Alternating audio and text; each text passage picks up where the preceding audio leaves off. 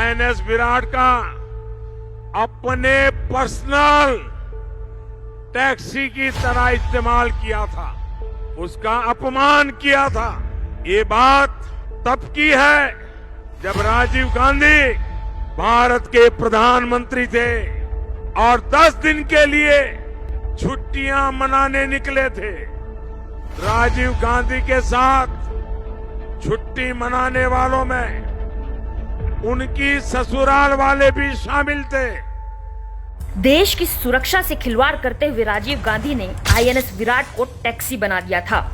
गांधी परिवार के लिए तो सेना के जंगी जहाज किसी खिलौनों से कम नहीं थे। सत्ता हासिल करने के बाद कांग्रेसी सरकारी संपत्ति को अपने बाप की जागीर समझते थे। इसलिए नेहरू ने परिवार संग आईएनएस दिल्ली युद्धपोत में फरमाया था आराम। देश में सरकारी संपत्ति का दुरुपयोग करने की नींव किसी और ने नहीं बल्कि नेहरू ने रखी थी। साल 1950 में नेहरू आईएनएस दिल्ली से इंडोनेशिया गए थे। इस युद्धपोत पर उनके साथ इंदिरा गांधी, राजीव गांधी और संजय गांधी भी थे। नेहरू इस युद्धपोत पर पूरे परिवार के साथ आराम फरमा रहे थे। देखकर तो ऐसा लग रहा था कि नेहरू किसी युद्धपोत पर नहीं बल्कि अपने प्राइवेट क्रूज की सवारी कर रहे थे। सिगरेट पीने के लिए भेजा सरकारी प्लेन। नेहरू के शौक शुरू से ही बड़े थे और उनके शौक का खर्च कोई और नहीं देश की जनता उठाती थी। इसलिए उस दौर में नेहरू सबसे महंगी 555 ब्रांड की सिगरेट पीते थे। जब उनका भोपाल जाना हुआ तो वहां 555 ब्रांड की सिगरेट नहीं मिल रही थी। नेहरू के शौक को पूरा करने के लिए एक सरकारी विमान को भोपाल से इंदौर भेजा गया। सरकारी विमान इंदौर से सिगरेट के पैकेट लेकर वापस भोपाल लौटा। नेहरू के शौक देसी नहीं विदेशी भी थे, इसलिए तो उनके कपड़े देश की जगह लंदन में धुलने के लिए जाते थे।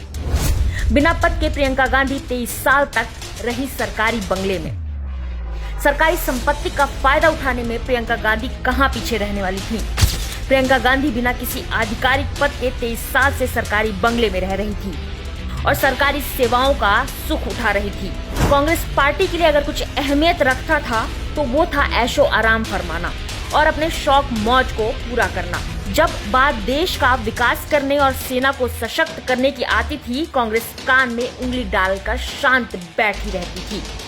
मोदी सरकार के आने के बाद सेना की सरकारी संपत्ति का भी दुरुपयोग नहीं हुआ है और न ही युद्धपोत का इस्तेमाल टैक्सी की तरह हुआ है। आज देश का विकास भी हो रहा है और सेना राफेल, अपाचे जैसे आधुनिक हथियारों से लैस भी हुई है।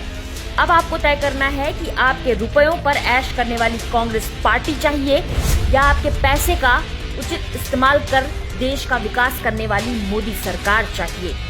जय बद्री, जय केदार।